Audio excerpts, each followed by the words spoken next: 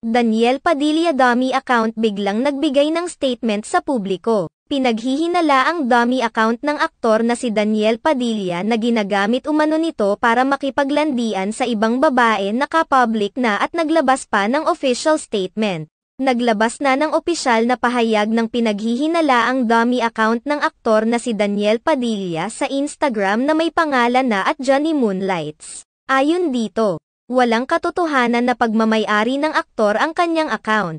Iginiit din nito na ang tanging purpose niya sa paggawa ng account na ito noong 2020 ay para makapag-upload siya ng mga edited photos nina Daniel Padilla at Catherine Bernardo.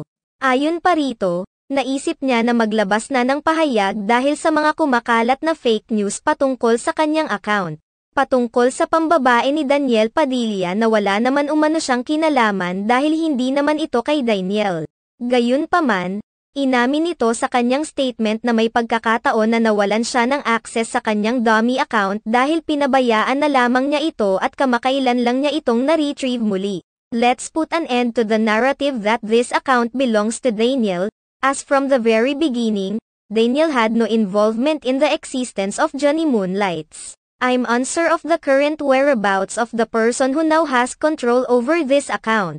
However, there is one message I want to convey: all the rumors and speculations surrounding the dump narratives are completely untrue.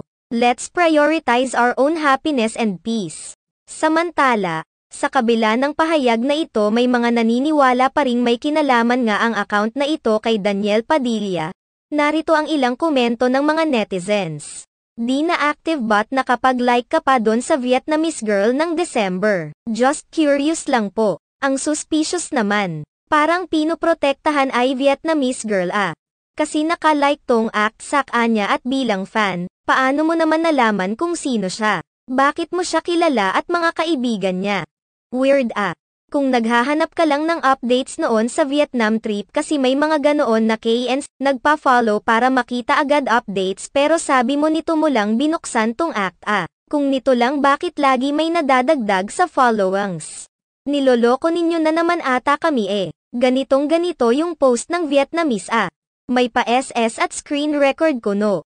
Haha galing gumawa ng kampo ni Daniel Jots.